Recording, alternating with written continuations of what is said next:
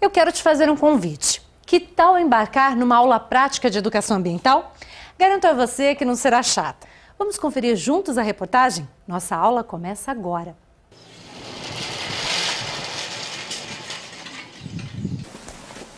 Nossa caminhada começa aqui, no coração do Cerrado, nestes 4 hectares de mata nativa. É neste lugar que as boas ideias parecem brotar da terra. Ideias inovadoras que mostram como é possível cuidar da terra sem poluir ainda mais o meio ambiente. Melhor ainda, como é possível viver bem na mais perfeita harmonia juntamente com os recursos naturais.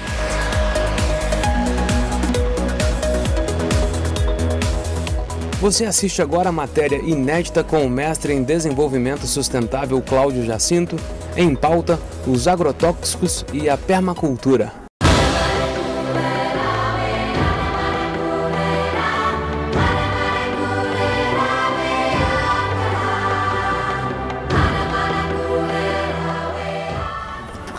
Um médico não chega pra gente e pergunta, vem cá, o que você come?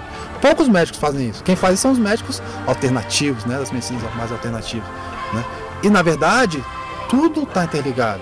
Então a gente come comidas envenenadas. Obviamente que a quantidade de doenças vai aumentar.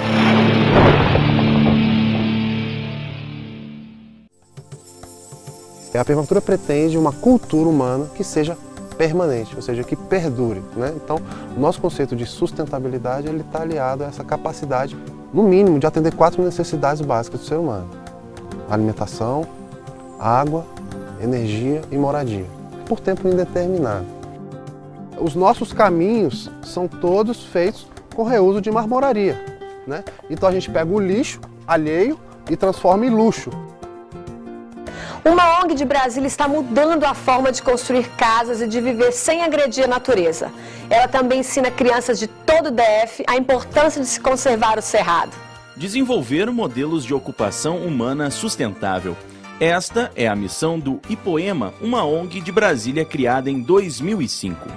Na Chácara Asa Branca, o grupo recebe para visitação durante todo o ano os alunos de escolas públicas e privadas, mostrando na prática que é possível viver e construir moradias sem devastar o cerrado.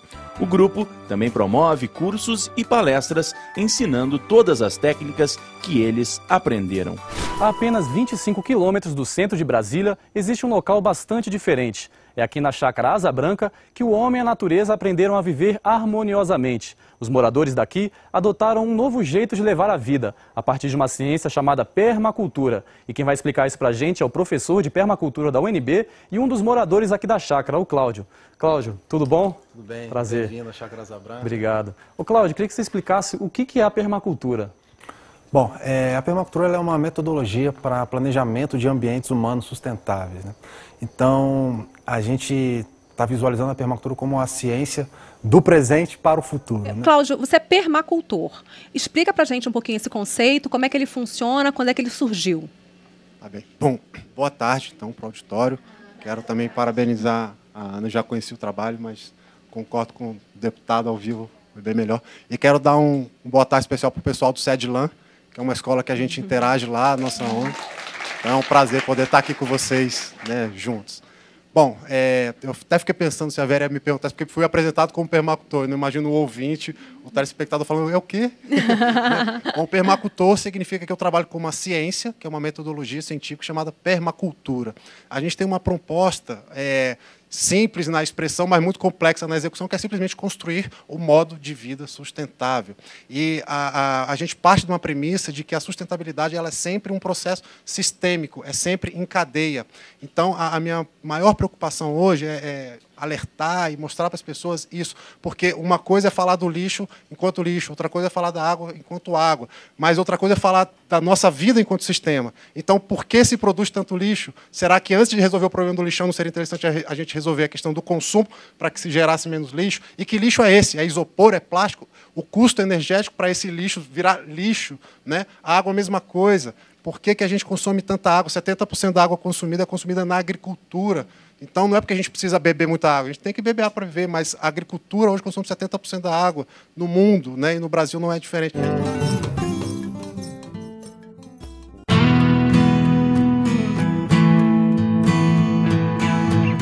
Permacultura ou cultura permanente. O conceito surgiu na década de 1970, quando 2 australianos passaram a planejar de maneira sustentável a ocupação do ambiente pelo homem.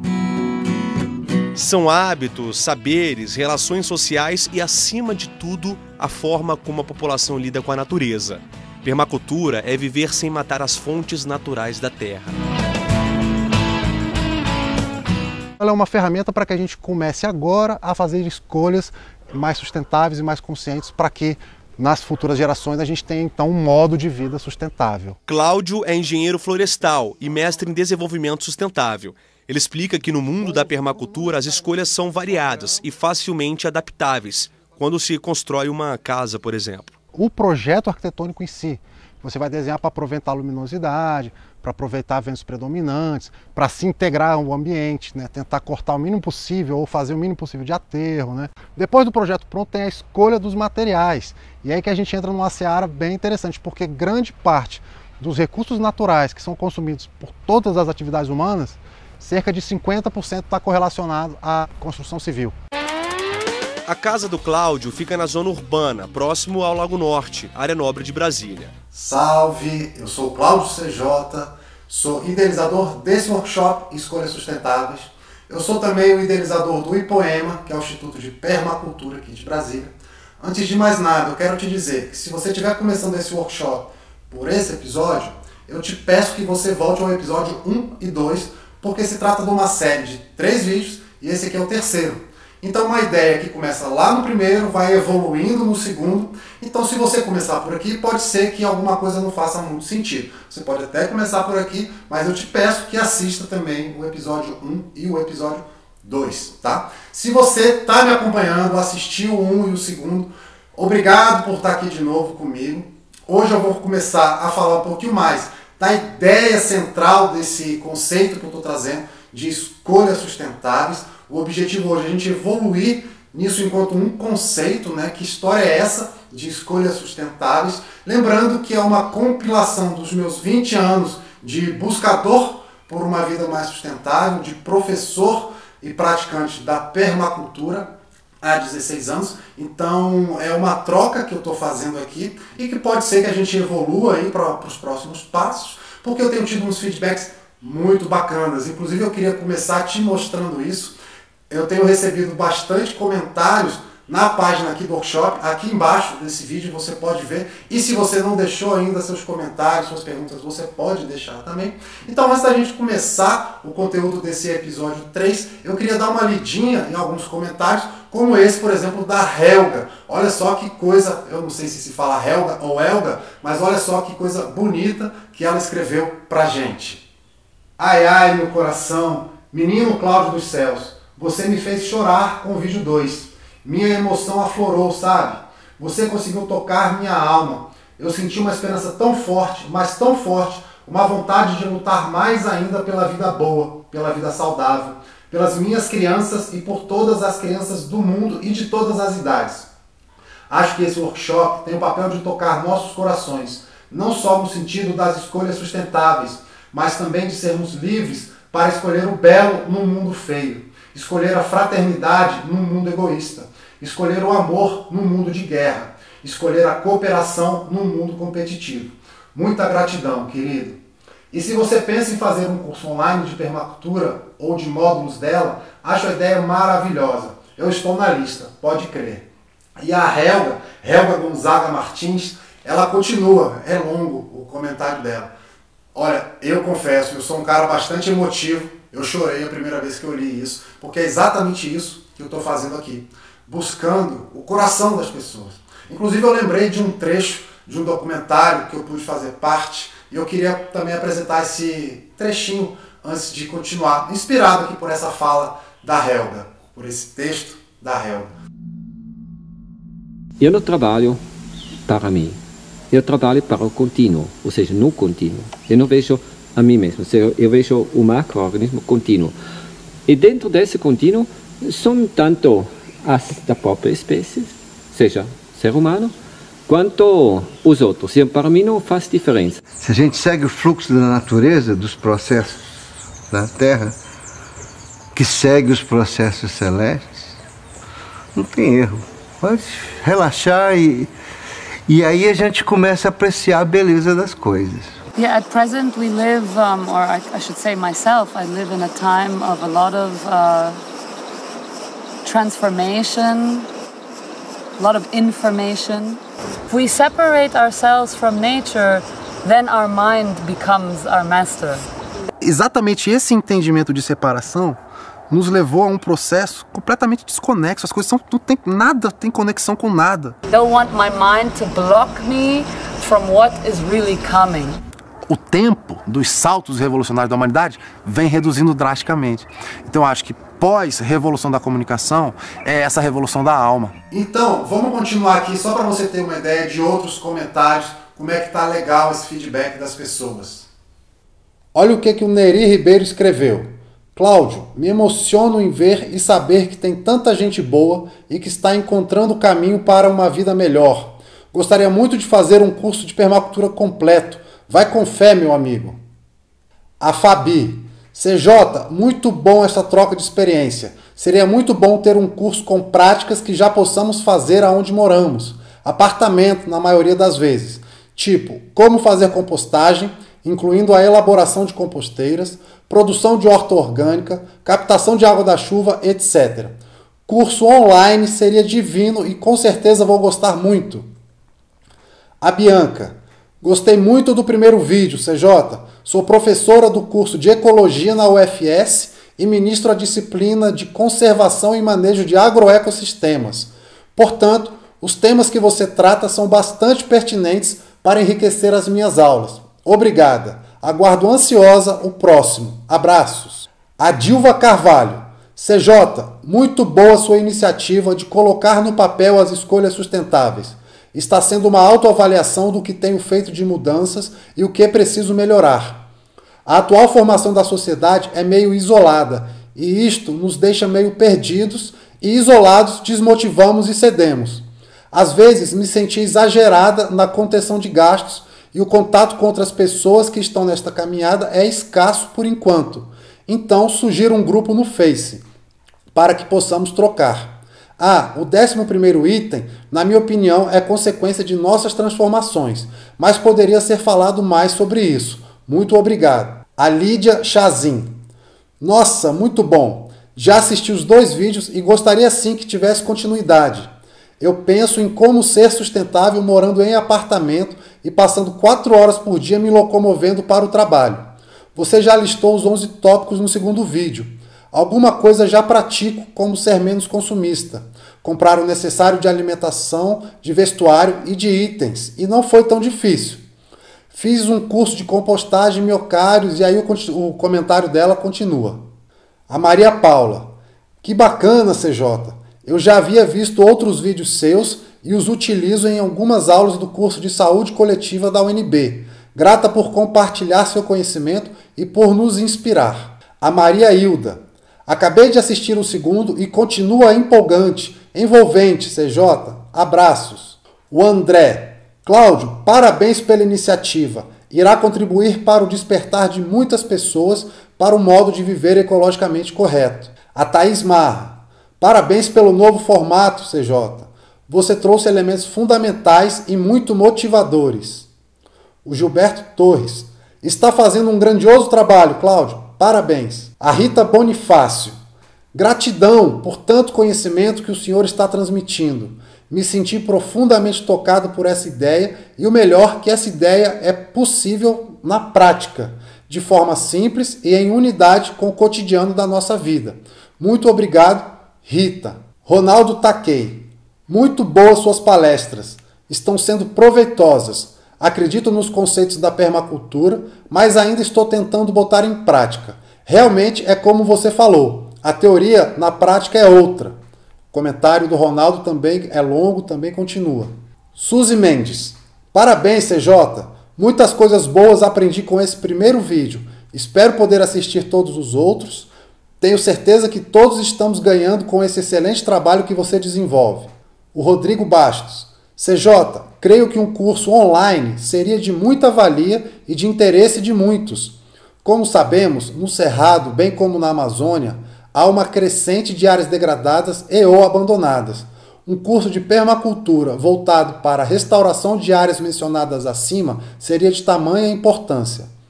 Trabalho com restauração ecológica na Dinamarca e na Amazônia Central há 4 anos e creio que a permacultura pode nos ajudar muito na causa. Forte abraço e parabéns pelo curso e trajetória. Estou ansioso para os próximos vídeos. A Débora Dornelas. Bom dia, adorei o vídeo. A sensação é que ele foi feito para mim. Cada palavrinha.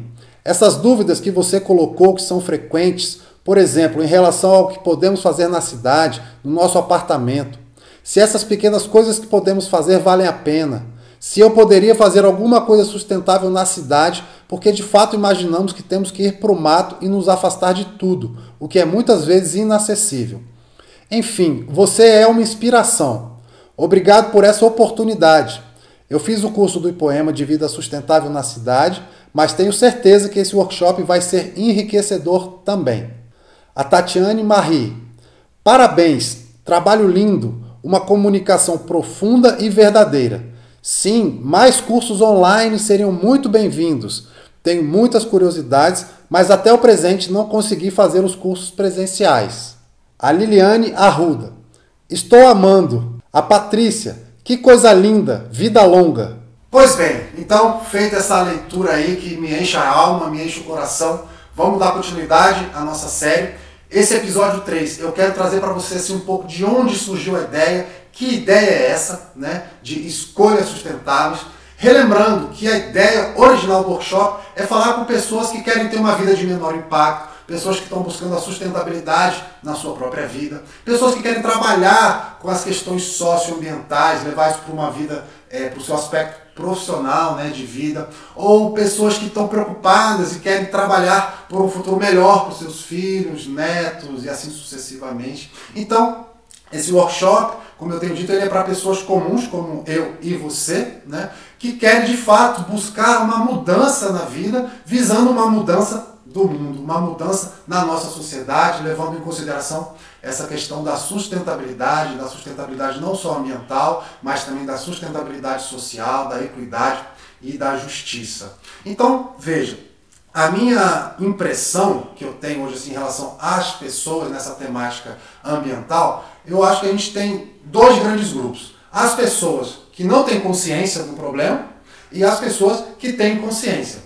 Eu quero acreditar que essa altura do campeonato, a grande maioria das pessoas se encaixam nesse segundo grupo. As pessoas que têm consciência de que tem uma questão aí, tem uma problemática, né, que a gente chama aí de questão ambiental ou questão socioambiental, que muitas vezes é trazido como aquela velha máxima lá do ser humano está acabando com a natureza, estamos acabando com o planeta. Então, eu acho que a maioria das pessoas que têm acesso à informação tem consciência disso. E isso hoje não são só pessoas comuns como eu e você, mas grandes cientistas, pesquisadores de ponta, né, que estão reunidos, são milhares de cientistas no painel intergovernamental de mudanças climáticas que apontam para essa história do aquecimento global e para as mudanças climáticas que são consequências desse aquecimento global como algo que de fato põe em risco a continuidade da espécie humana no planeta. Então isso deixou de ser um papo lá dos ambientalistas originais, dos hippies, do pessoal da contracultura da década de 60 e 70,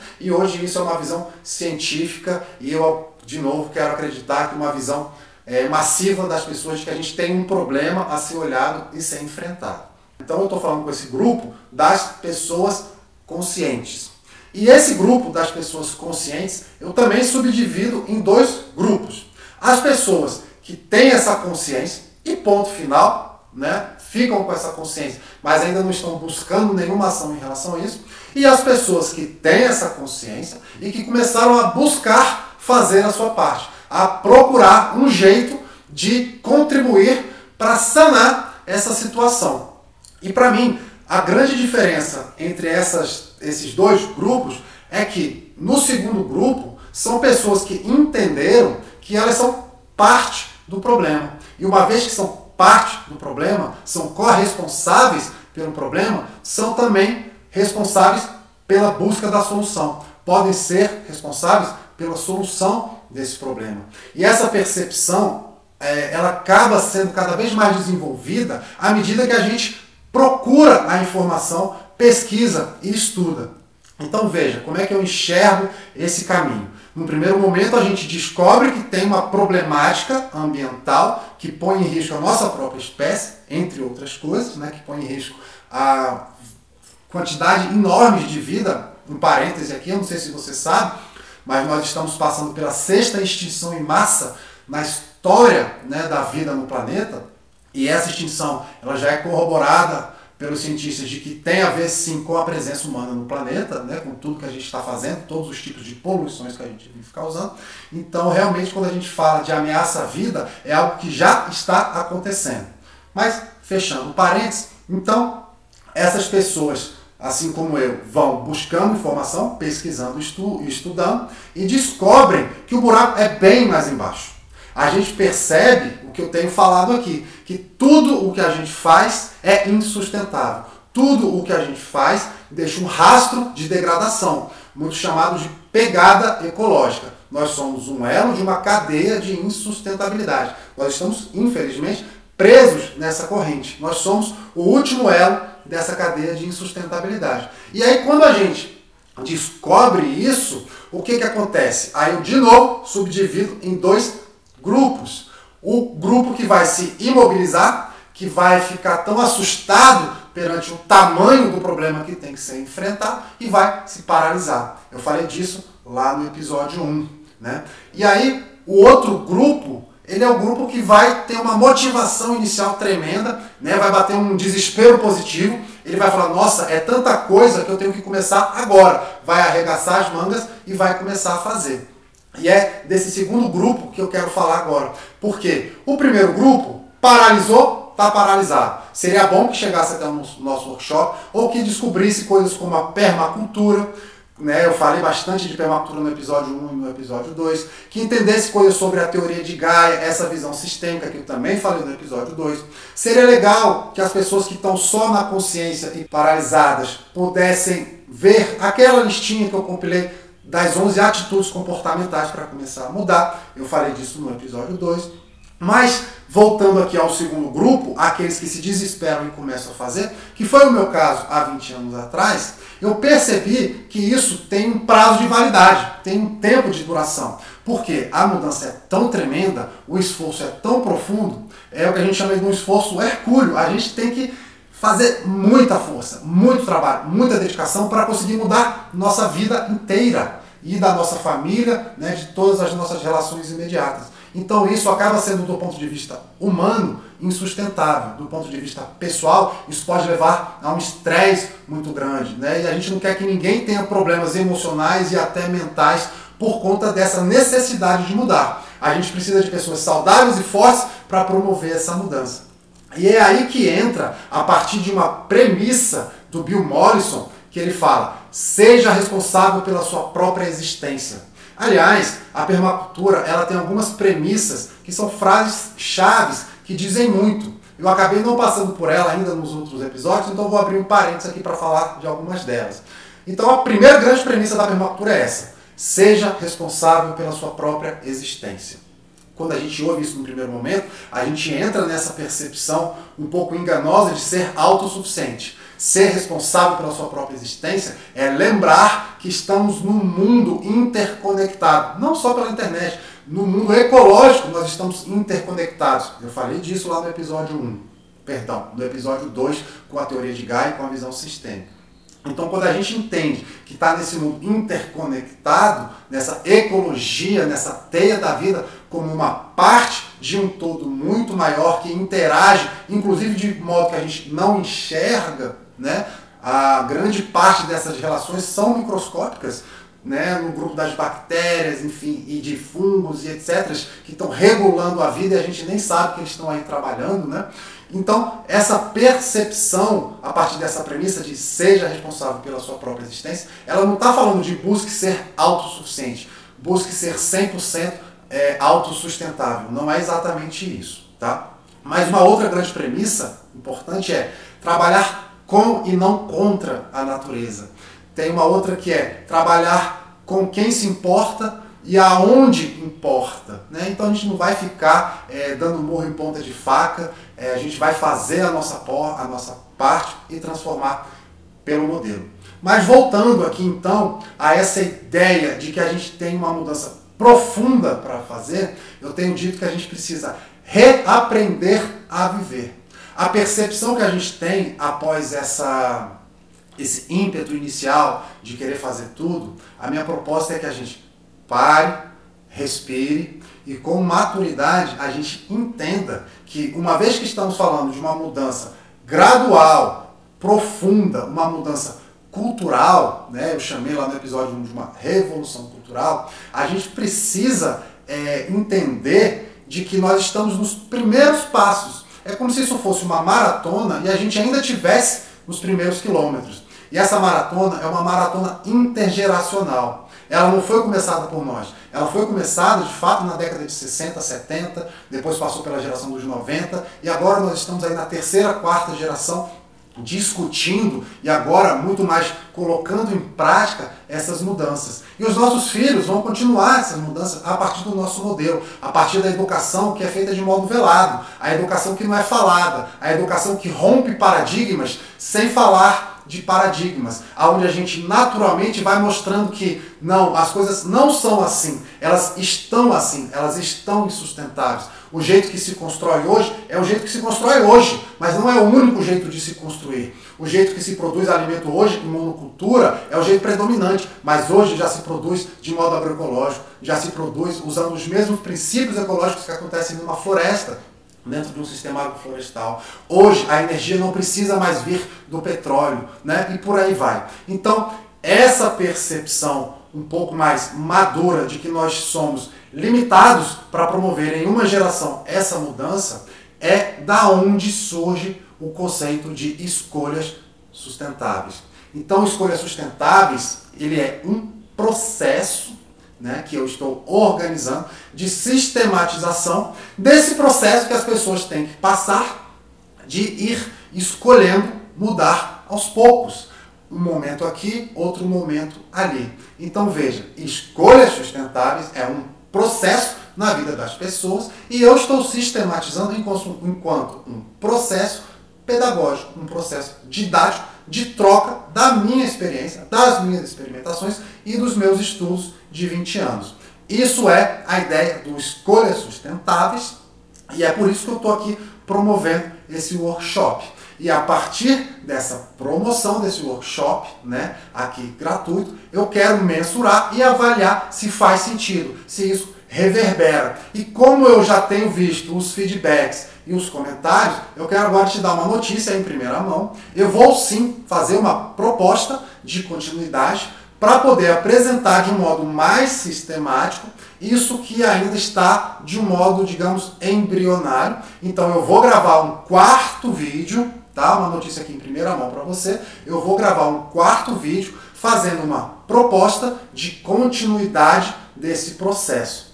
E logo, logo, aqui ainda nesse episódio, eu vou te apresentar como eu estou pensando, uma amostrazinha de como é que eu estou estruturando essa ideia, tá? Mas ainda cabe você deixar o seu comentário, você deixar a sua pergunta, até para que eu oriente esse quarto vídeo um pouco mais para o que você quer ouvir e principalmente que eu possa orientar essa sistematização que eu estou fazendo, que vai ser um processo aqui no mundo digital, no mundo online. Eu não quero chamar de curso, porque para mim curso é algo muito limitado.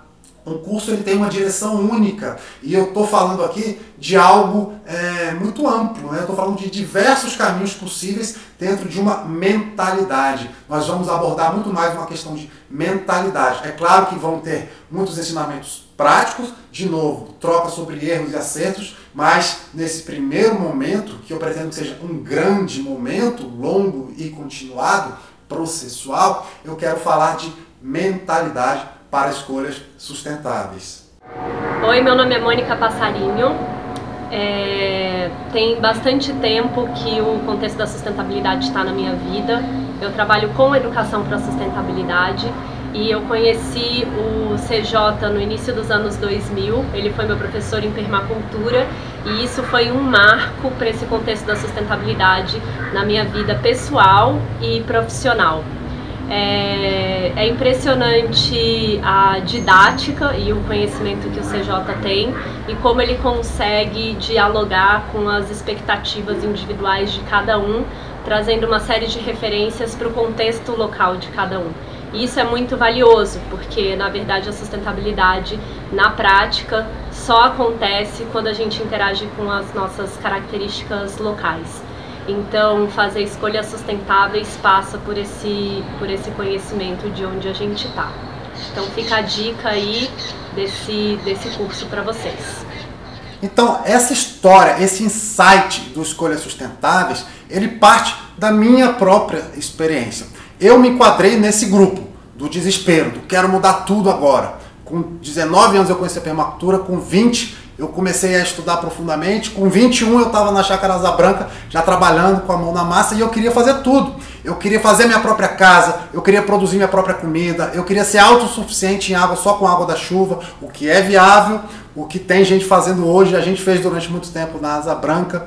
Eu queria simplesmente que o meu trabalho fosse isso, e ainda tinha que ter relações. Eu já era pai, eu fui pai aos 20 anos, eu tinha que cuidar do meu filho, eu tinha que me relacionar, eu tinha meus pais, eu era ainda, né, um garoto, então ainda devia muita obediência e respeito, né, aos meus pais. E eu percebi, pela minha própria experiência, que esse desespero de fazer tudo realmente torna-se pessoalmente insustentável. Você começa a gerar conflitos e mal-estares que não fazem parte do nosso conceito de qualidade de vida, do nosso conceito de bem viver. Então as mudanças sendo feitas desse jeito, elas acabam sendo feitas de um modo insustentável.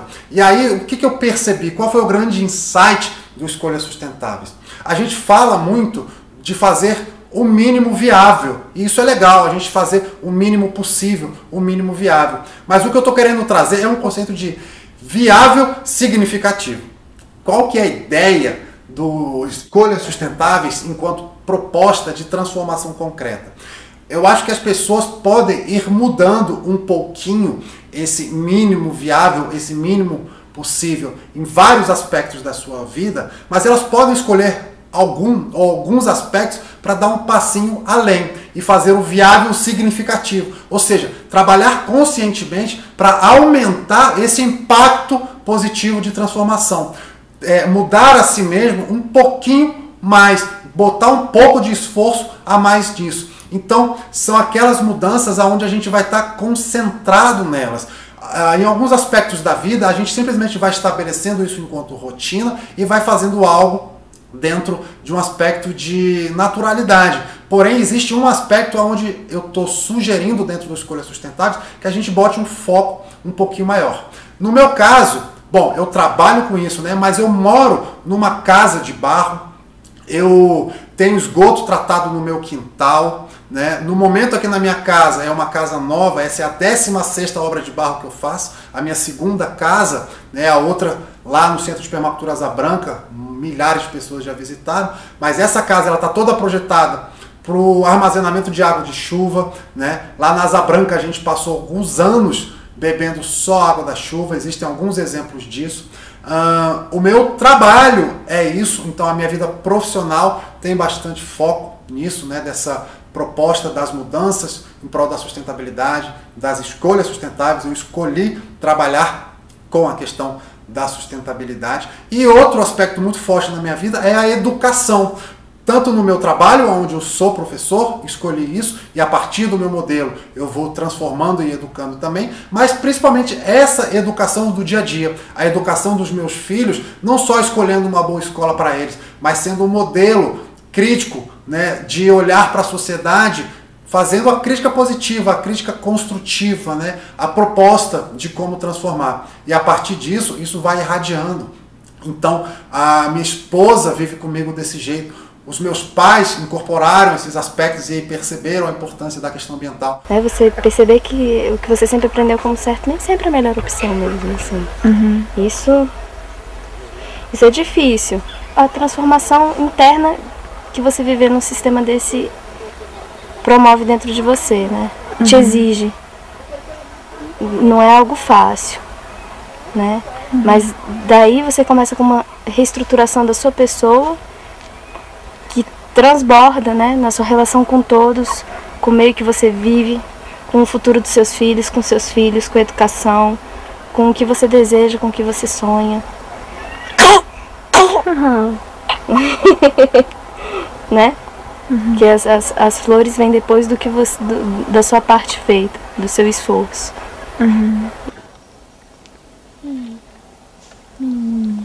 Os meus irmãos, tem um irmão que mora também numa casa de barro, todos são permacultores, todos trabalham também nessa temática. Então, isso é uma irradiação que a gente vai fazendo, uma educação que acontece naturalmente a partir do modelo, né?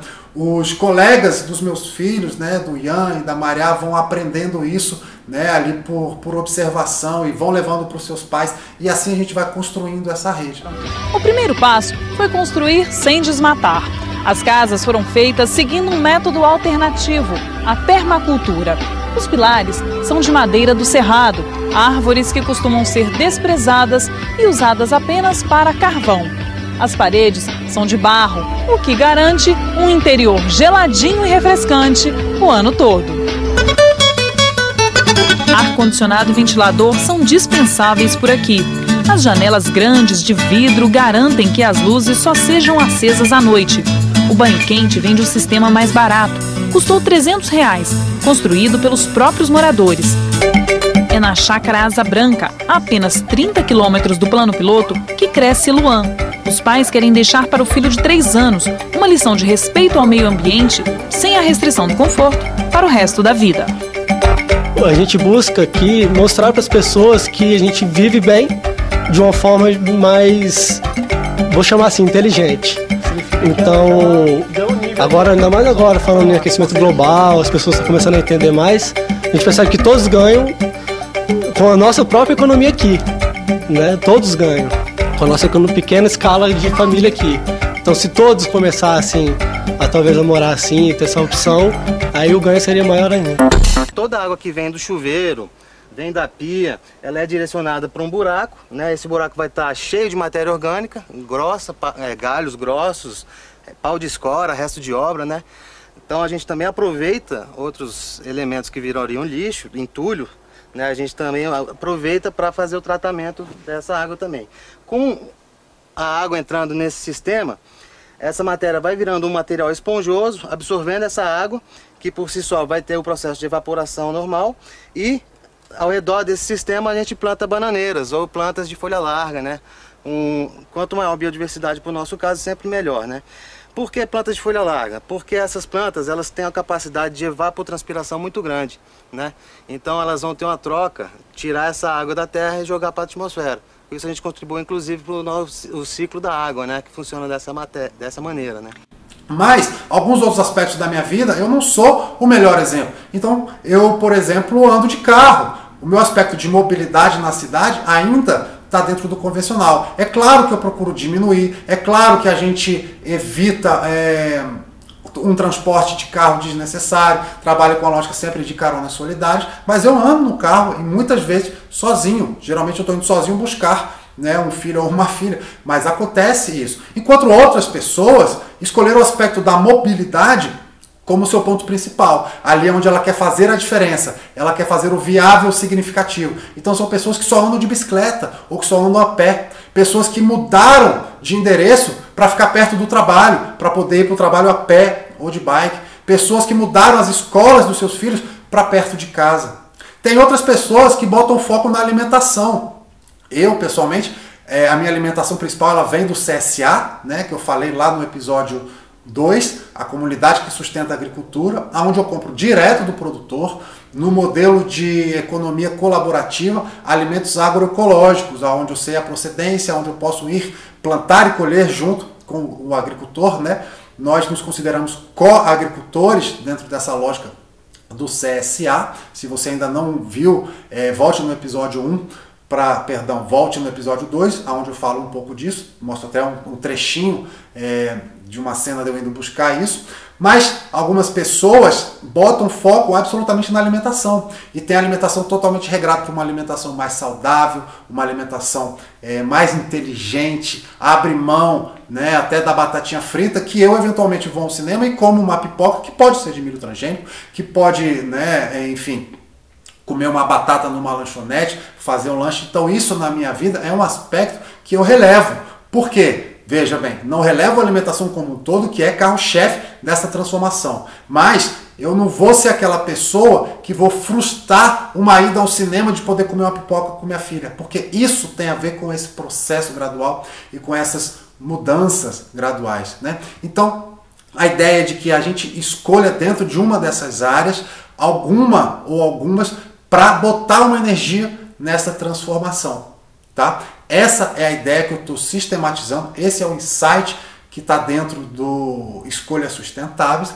E agora eu quero te apresentar como que eu estou pensando, como que eu estou sistematizando isso, para que isso seja algo que eu possa trocar, isso seja algo que faça sentido para quem me ouve e eu possa contribuir e ajudar pessoas que estão nessa busca. Então eu quero acalmar o coração dessas pessoas, no sentido de calma, não se desespere, nossos filhos vão continuar essa mudança, e os filhos dos nossos filhos e os netos dos nossos filhos vão continuar essa mudança. Mas, por outro lado, também não tem uma calma letárgica. Vamos começar a fazer agora o mínimo viável e, se possível, o viável significativo. E inspirado pela flor da permacultura, eu também passei da flor da permacultura no episódio 2, eu pensei 7 áreas pessoais, 7 áreas da nossa vida pessoal, né, que eu estou chamando de áreas de domínio das escolhas pessoais. São áreas onde eu vejo que a gente tem capacidade de ser autônomo em algumas escolhas. A gente tem capacidade de escolher coisas diferentes do que esse grande sistema insustentável nos impõe, né? Então, como eu dei o exemplo aqui da alimentação, tem gente que escolhe na alimentação se livrar da nossa lógica do McDonald's, da nossa lógica do Friboi, de todo dia comer carne e não vivemos sem carne, né? Eu não vou discutir nesse momento vegetarianismo ou não, mas todo mundo que tem um pouquinho de informação hoje sabe que comer carne significa acabar com a floresta amazônica, contribuir, né, com o desmatamento da floresta amazônica, contribuir com o desmatamento do cerrado. Então é uma escolha que a gente pode fazer. Comer carne todo dia, comer hambúrguer do McDonald's todo dia, ou muitas vezes no mês, ou comer menos, ou abrir mão, né, que é o caso de algumas pessoas que eu já citei aqui. Bom, então eu vou dar uma passada aqui como isso está sendo estruturado, e me acompanhe aqui, eu vou colocar alguns slides aqui na tela para você ir acompanhando de um modo mais tranquilo. Bom, o primeiro aspecto, a primeira área de domínio das nossas escolhas é a moradia. Então a gente vai falar de como é a nossa casa, seja ela uma casa ou um apartamento, como são as áreas verdes, sejam elas áreas verdes públicas ou áreas verdes privativas, os nossos quintais. Daí a gente vai evoluir para a segunda área, que são as cidades. Como é o seu uso da cidade? O que você faz nos seus horários de ócio? Como é o seu deslocamento pela cidade? Quais são as relações cotidianas e rotineiras que você realiza na cidade? Como elas estão? A próxima área eu importei lá da flor da permacultura, que eu estou chamando de ferramentas e tecnologias, onde a gente vai falar do nosso uso de água, do nosso uso de energia, dos nossos resíduos. A gente dispõe, você, eu, dispomos de tecnologias para resolver isso sem gerar poluição, sem gerar um impacto maior ainda, né? Então vamos discutir tudo isso. Depois uma área fundamental, a área da saúde. Aí sim a gente vai falar do seu alimento, da sua rotina, né? Como anda o seu cuidado consigo mesmo, como anda o seu cuidado com a sua primeira casa, né? A ecologia do seu próprio corpo, né? Físico, mental, emocional e espiritual. Vamos discutir também o trabalho. O trabalho é uma área fundamental na nossa vida, não só pelo aspecto financeiro, que nos provê tudo hoje, né, na nossa dinâmica de sociedade, mas a grande questão que eu vou trazer é: você é feliz com o que faz? Qual é o legado do seu trabalho? Qual é o legado para as gerações futuras do seu trabalho? Então a gente precisa discutir isso. Existem outras formas da gente trocar, né, os nossos saberes, os nossos conhecimentos, as nossas habilidades por dinheiro? Será que existe? Vamos discutir um pouquinho isso. A sexta área também é absolutamente dominável. A gente tem capacidade de escolher o consumo. como é o nosso consumo, quais são as suas reais necessidades, quais são os seus desejos e quais são as suas sobras. O que acontece com tanto desejo cumprido, atendido, né? O que acontece depois, como estão as nossas sobras, como estão as sobras da sociedade. Vamos dar uma olhada para isso também. E por fim, mas não menos importante, nós vamos falar de natureza e espiritualidade. Espiritualidade aqui não tem nenhum aspecto de religioso, mas tem um aspecto de autoconhecimento, tem um aspecto de contato com natureza, contato com Gaia, contato com a terra, contato com o rio, com uma árvore, com o solo, para que isso nos retroalimente, pois nós somos parte desse todo. E essa visão de espiritualidade, enquanto uma busca de autoaprimoramento, uma busca de aperfeiçoamento próprio, uma busca de melhorar todas as nossas relações. Então, essas 7 áreas é aí um pedacinho, um escopo do que eu estou estruturando. Se faz sentido para você, mais uma vez, eu peço que deixe um comentário dizendo que quer participar desse processo. Vai ser muito importante eu colher mais feedbacks, você pode orientar as minhas próximas falas. E como eu te falei, eu vou fazer um 4º vídeo te apresentando essa proposta. Mas, de qualquer maneira, eu sou muito grato por ter chegado até aqui. Estamos chegando ao final desse 3º episódio.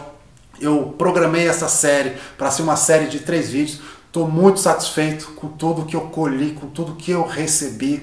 Na permacultura a gente tem uma outra premissa, que é distribuir conhecimento, porque é um recurso que aumenta com o uso. Então, a cada comentário que leio, eu integro mais conhecimento na minha vida, eu integro mais saberes, e usando esse conhecimento aqui de modo gratuito, eu estou dando uso a um recurso que vai aumentar com o uso. Parece um pouco estranho quando ouve isso, né? Mas conhecimento é um recurso que vai gerar mais dúvidas, vai gerar mais questionamentos, e a partir desses questionamentos, o conhecimento que foi recebido enquanto recurso aumenta, né, na mente e no coração daquele receptor, né, daquela pessoa que está ouvindo, absorvendo e recebendo esse conhecimento novo. Então, muito grato mais uma vez por você ter chegado até aqui.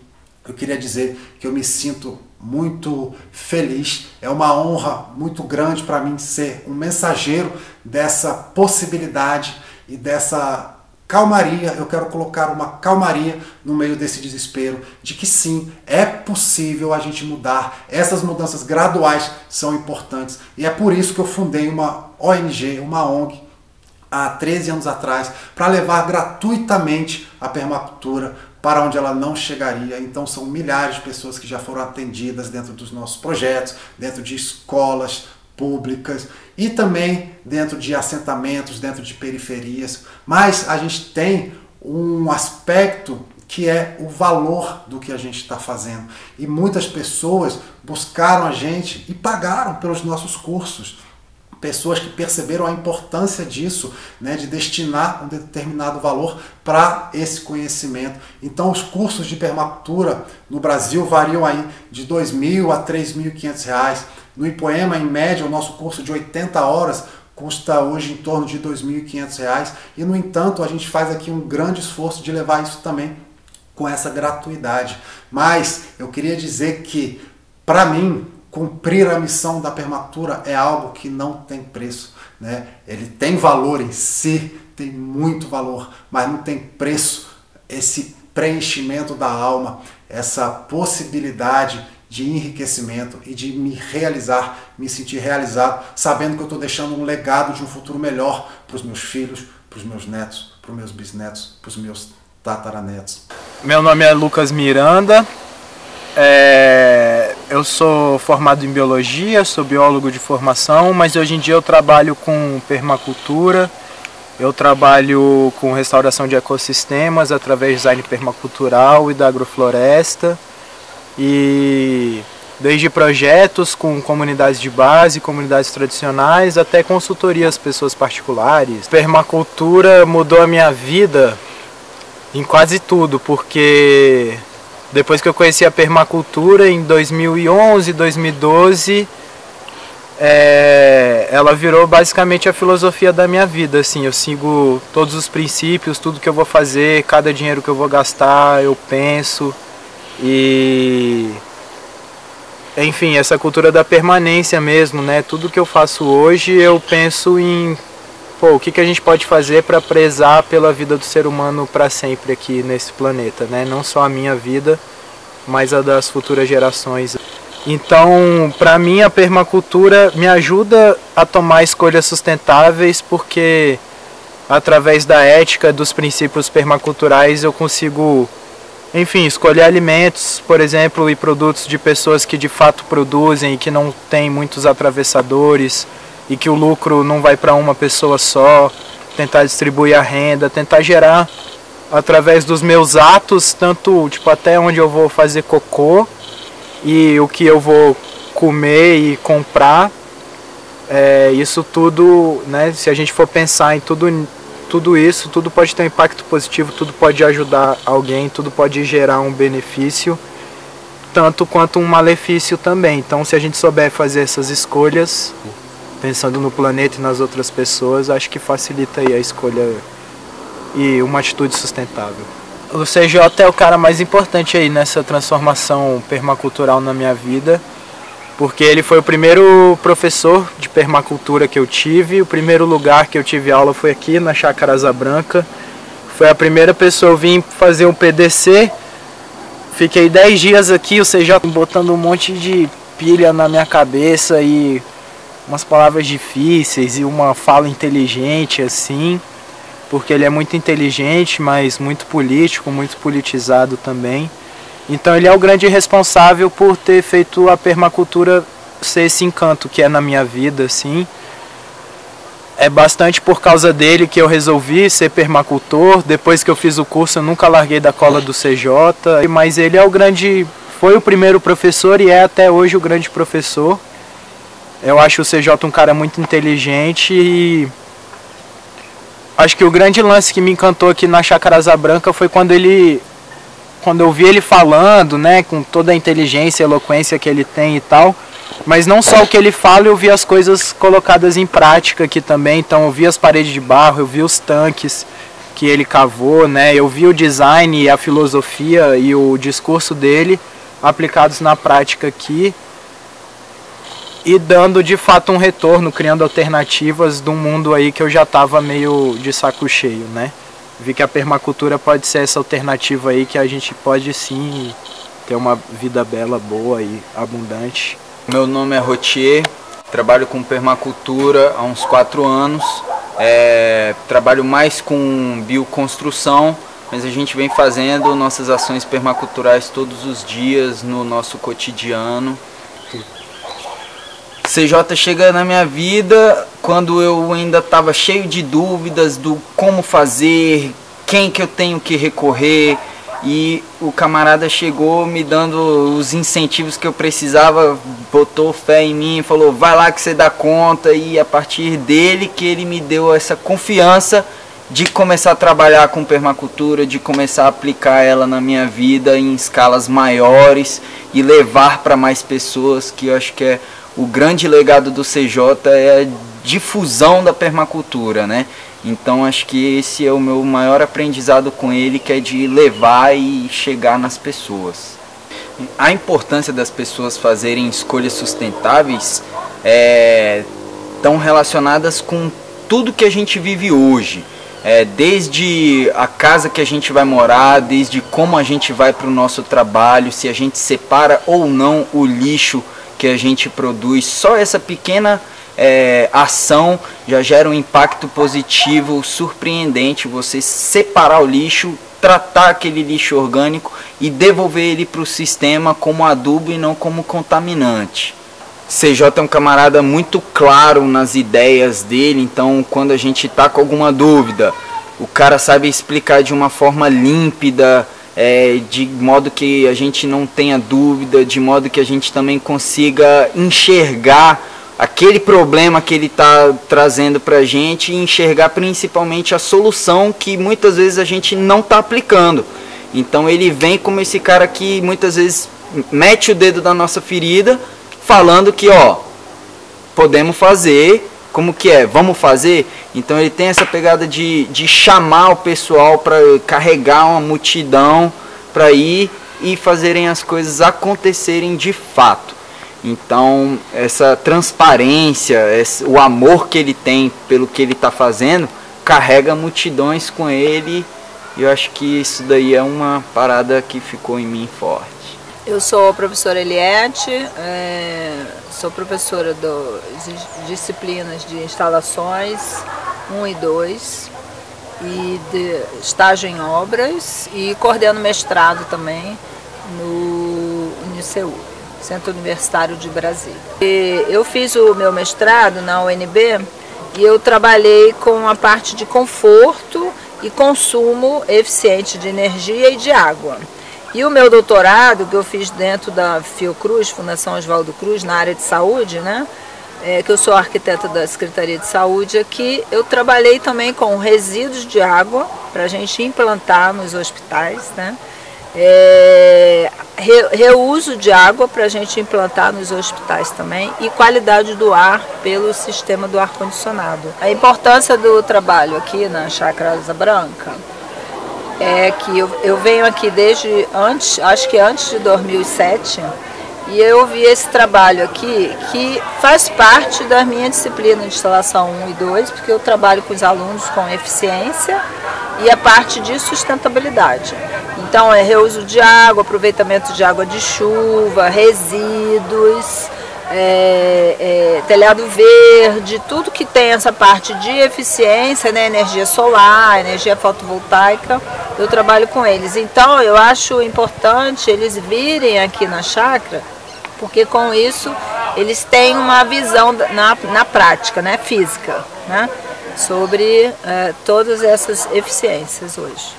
Então essas visitas aqui são importantes porque a gente leva os alunos todos a terem uma outra visão, né? E eles estão trabalhando o hoje, não é só o futuro, estão trabalhando o hoje. Então, quem não estiver dentro do hoje, da eficiência, da sustentabilidade, vai estar fora do mercado, está fora do mundo, está fora do meio ambiente. Eu recomendo os alunos e os professores e todas as pessoas que estão envolvidas aqui, né, no mundo, a fazerem cursos para abrirem sua mente em relação a essa permacultura, em relação à eficiência, em relação à sustentabilidade. Eu recomendo sempre fazer os cursos que eu sei que o CJ, né, aqui da chácara, sempre fez muitos cursos. Inclusive, quando eu trazia alguns alunos aqui, alguns alunos já conheciam a chácara porque já fizeram cursos antes aqui, né? E também conhecem pela internet e tudo, né?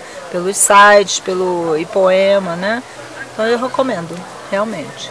Eu quero fechar aqui com um dizer que a gente usa muito em alguns rituais de celebração da vida, né, onde a gente faz toda uma emanação positiva perante uma fogueira, perante uma roda de pessoas vibrando em comunhão. E esse dizer ele é o seguinte: está sendo feito e é uma coisa boa. Muito obrigado.